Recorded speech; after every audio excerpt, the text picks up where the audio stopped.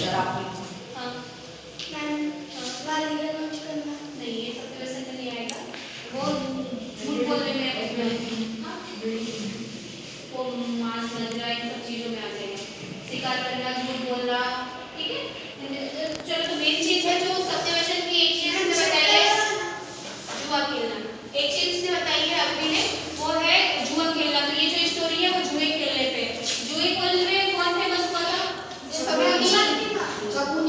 शकुनी तो खेलते ही थे, तो इनका नाम आया और ज़रा दुर्योधन का। तो क्या होता है, ये जो स्टोरी आगे की है इसमें दुर्योधन के लिए हस्तिनापुर से प्रस्ताव जाता है युधिष्ठिर की सॉरी दुर्योधन की तरफ से।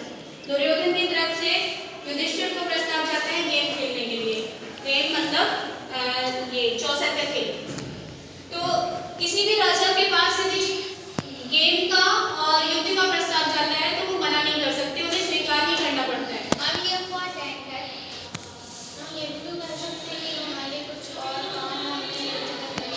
नहीं, मना नहीं कर सकते, उनका विचार तो था, उन्हें पता था कि नहीं मना नहीं किया जा सकता है, ये राजा के नियम में। हाँ कुछ टाइम के लिए डाल सकते कि बाद में, मगर वो कंडीशन ऐसी थी कि प्रस्ताव आया है और उनको पता था कि ये जो उसका जुए का कौन सा 64 का जो गेम है वो कहीं ना कहीं दोनों भाइयों में, दोनों ग्रुप के भाइयों में फूट डालेगा, यानी कौरवों और पांडवों में फूट डालेगा। फिर भी इन्होंने प्रस्ताव स्वीकार किया और दुर्योधन ने इनकी पूरी व्यवस्था की थी कि आप ही कहाँ रुकेंगे। तो विदुर जो थे, विदुर गए थे उनके पास प्रस्ताव लेके, उन्हें शांति से प्रस्ताव समझाया। फिर ये कुंती के साथ पूरे पांचों भाई आए थे खेलने में। तो क्या हुआ, सबसे पहले तो पॉइंट था खेलेगा कौन। तो यहाँ पर दुर्योधन और युधिष्ठिर दोनों को खेलना था, बट दुर्योधन की जगह पर शकुनी जो है उनके मामा थे, शकुनी दुर्योधन की जगह खेले। तो यहाँ युधिष्ठिर ने बोला कि ये तो उसके खिलाफ है कि आपको नहीं खेलना है, जो खेल खेलता है उसको बैठना है सामने। तो बोले शकुनी क्या बोलते हैं, वो कहते हैं कि तुम हार के डर से ऐसा बोल रहे हो, ठीक है। तो फिर शकुनी भड़काते हैं कि मतलब हार के डर से तुम्हें ऐसा लग रहा है तुम हार जाओगे, इसलिए तुम कह रहे हो युधिष्ठिर को ही बैठना चाहिए, मैं भी बैठ जाऊंगा तो क्या होगा, ठीक है। बात यहाँ चली गई। तो खेल शुरू होता है। तो सबसे पहले खेल में आपको ये पता है कि शर्त वाले जितने भी खेल रहते हैं या कोई भी गेम होता है बाजी लगाई जाती है चीजों की, ठीक है। तो सबसे पहले जो एनिमल्स थे वहाँ के गाय भैंस घोड़ा बकरी जितनी भी चीजें हैं उनका दाव लगाया गया, जिसमें युधिष्ठिर हार गया। और 5 से जो थे शकुनी के पापा के उसके हट जो मर जाते हैं फिर बचता उसके बाद और 5 से उनकी हमेशा बात मानते थे। मतलब बात मानने का मतलब उनको इतना ज्यादा 500 का खेलने का एक्सपीरियंस हो चुका था कि वो उनको पता था किस चांस में मुझे कितने नंबर चाहिए, वैसे आते थे। तो फिर हमको 5 से मैं डाइस होते हैं ना, स्क्वायर शेप का होता है, लंबा होता है, ये स्क्वायर शेप का नहीं होता है, ये रेक्टेंगल शेप का होता है, ठीक है। तो वो दो होते हैं शायद, है ना।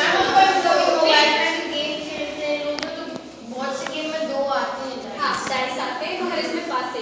तो वहाँ पे अपन हाँ गेम शुरू होता है, सारे एनिमल्स से लग जाते हैं।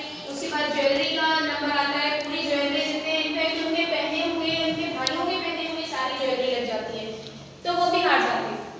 फिर उनके बाद जमीनों का महलों का सारा जितनी भी चीजें होती हैं वो युधिष्ठिर पूरा हार जाते हैं। उसके बाद क्या होता है, अब सभी बोलते हैं तुम्हारे पास क्या है, ये भाई है 5 मतलब 4 और भाई हैं, चलो उनका दाव लगा के देखो। तो बोलते हैं सबसे पहले नकुल का जो होता है सबसे छोटे, तो उनका दाव लगाया जाता है, वो भी हार जाते हैं। फिर नंबर आ जाता है सहदेव, फिर भीम और फिर अर्जुन, फिर लास्ट में वो खुद का भी दाव लगाते हैं तो वो हार जाते हैं। यहाँ तक तो ठीक है, मतलब पूरी तरह वो सब कुछ हार गए। उसके बाद टर्न आती है, वो शकुनी मामा कहते हैं कि तुम्हारे पास अभी भी कोई ऐसी चीज है जिसका तुम दाव लगा सकते हो। तो यहाँ पर युधिष्ठिर को समझ नहीं आती कि अब मेरे पास क्या चीज बची। तो शकुनी बोलते हैं तुम्हारी पत्नी।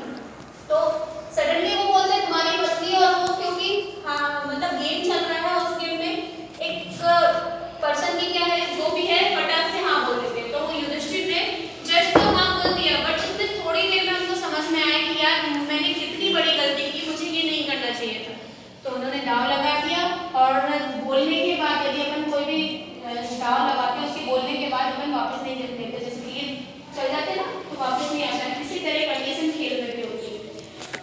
अब क्या होता है कि एक सारथी को भेजा जाता है। सारथी समझते हो? यस मैम, सैनिक सैनिक सारथी घोड़े जो रथ चलाते हैं ना, वो कहलाते हैं सारथी। एक सारथी को द्रौपदी को बुलाने के लिए भेजा जाता है। तो वो बहुत विनय से आग्रह से द्रौपदी को बुलाते हैं कि पूरी कंडीशन बताता है कि युधिष्ठिर सब कुछ हार चुके हैं और अब आपको दांव पे लगा चुके हैं और आपको भी हार चुके हैं, इसलिए आपको बुलाया जा रहा है। ठीक है, तो वो समझाती है, वो बोलती है कि युधिष्ठिर खुद को हारने के बाद मुझे दांव पे लगाया है या पहले, जाओ पूछिए आप। तो वो जाता है और मतलब आंसर पूछता है तो कोई भी आंसर नहीं देता। ठीक है, फिर वो वापस जाता है। दुर्योधन बोलता है नहीं, तुम बुला के लाओ पांचाली को। तो पांचाली को बुलाने फिर से जाता है। तो पांचाली ये बोलती है कि जिससे मैंने आंसर पूछा है, यदि आपको उनसे आंसर नहीं मिला है तो सभा में बहुत बड़े बड़े लोग होंगे, उनसे पूछ के बताओ कि क्या दुर्योधन खुद को हारने के बाद मुझे दांव पे लगाया है। तो युधिष्ठिर ने खुद को हारने के बाद मुझे दांव पे लगाया है क्या। तो फिर से सारथी जाता है। अब दुर्योधन को गुस्सा आ जाता है। तो क्या होता है, दुर्योधन का एक भाई होता है दुशासन।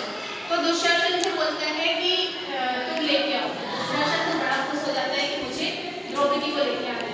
तो द्रौपदी अपने रूम में ही रहती है, उस समय रेडी रहती है। तो वो क्या करता है, बहुत गुस्से में उसके बाल खींच के खोल के बंधन में बालों को खोल के घसीट के लेके आता है।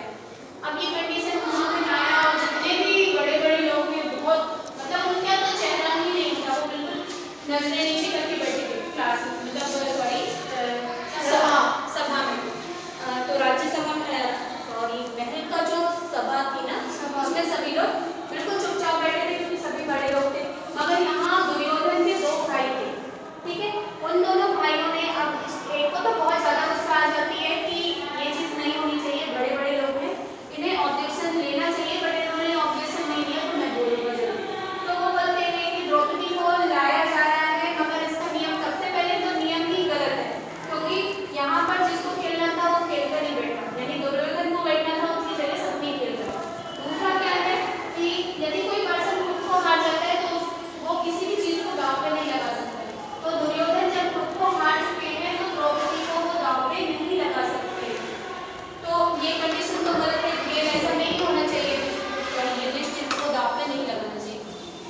फिर जब द्रौपदी आती है तो द्रौपदी क्या करती है, अब वो कंडीशन ऐसी सबसे बोलती है कि ऐसी नहीं होनी चाहिए और मैं ये स्वीकार नहीं करूँगी कि युधिष्ठिर खुद को हारने के बाद मुझे दांव पे लगाए और मैं किसी की दासी बन के रहूँ, ये मुझे स्वीकार नहीं। अब यहाँ पर क्या होता है, दुर्योधन जो दुशासन था, दुशासन जो ड्रेस पहनी हुई होती है द्रौपदी, उसको खींचना शुरू करता है और द्रौपदी अपने इष्ट प्रभु को याद करती है, क्योंकि कृष्ण जी को, है ना, और कृष्ण जी को वो याद करती है।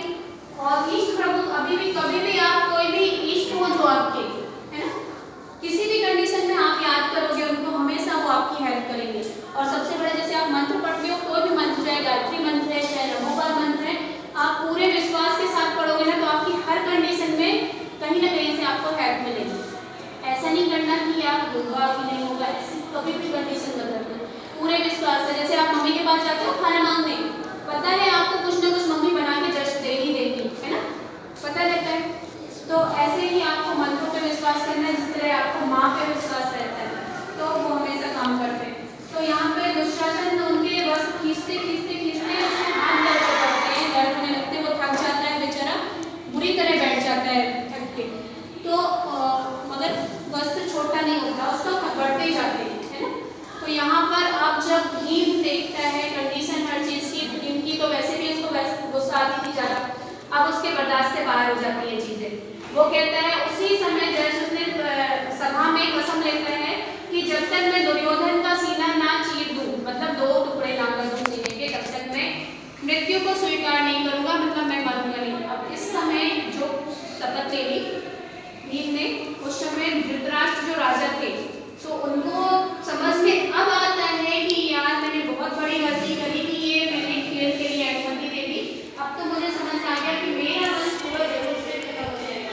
फिर वो कंडीशन को संभालने के लिए क्या करते हैं, जो गांधारी है उनको बहुत प्यार से समझाते हैं, पास बुलाते हैं, हाथ फेरते हैं, मतलब स्नेह वाली चीजें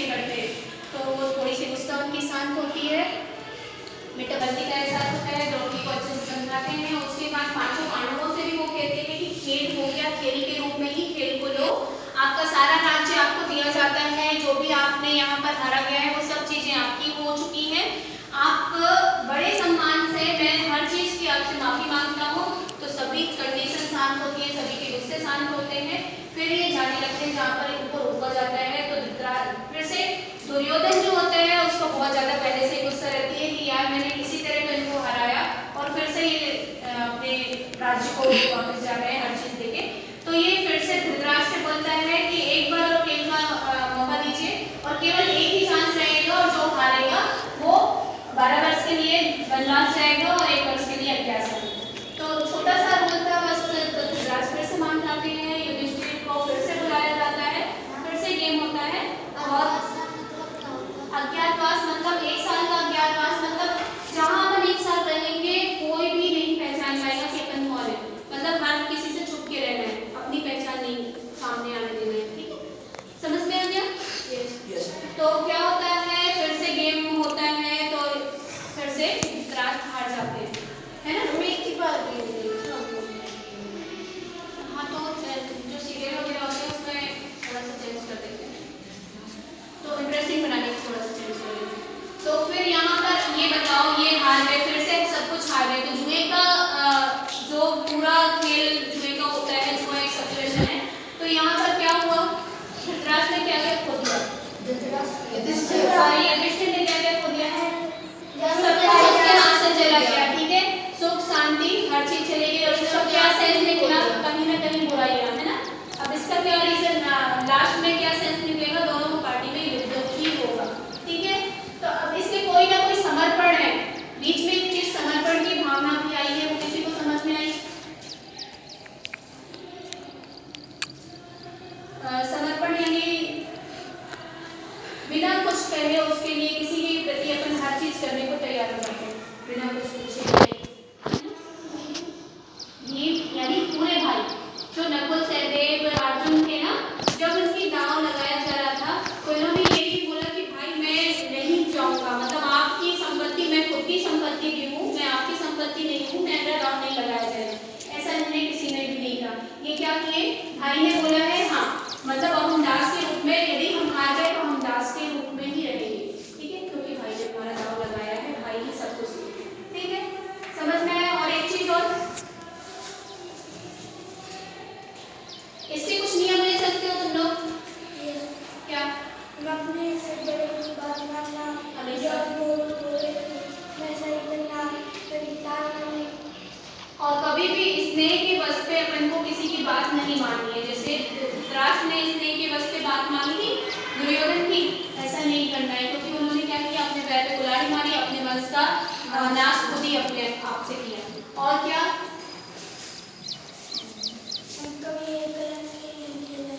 सत्यवेशन, यानी सत्यवेशनों का त्याग सभी को करना है, ठीक है, ठीक है। अभी पर आप पूरी वो शब्द बता दो। देखो, झूठ, ठीक है,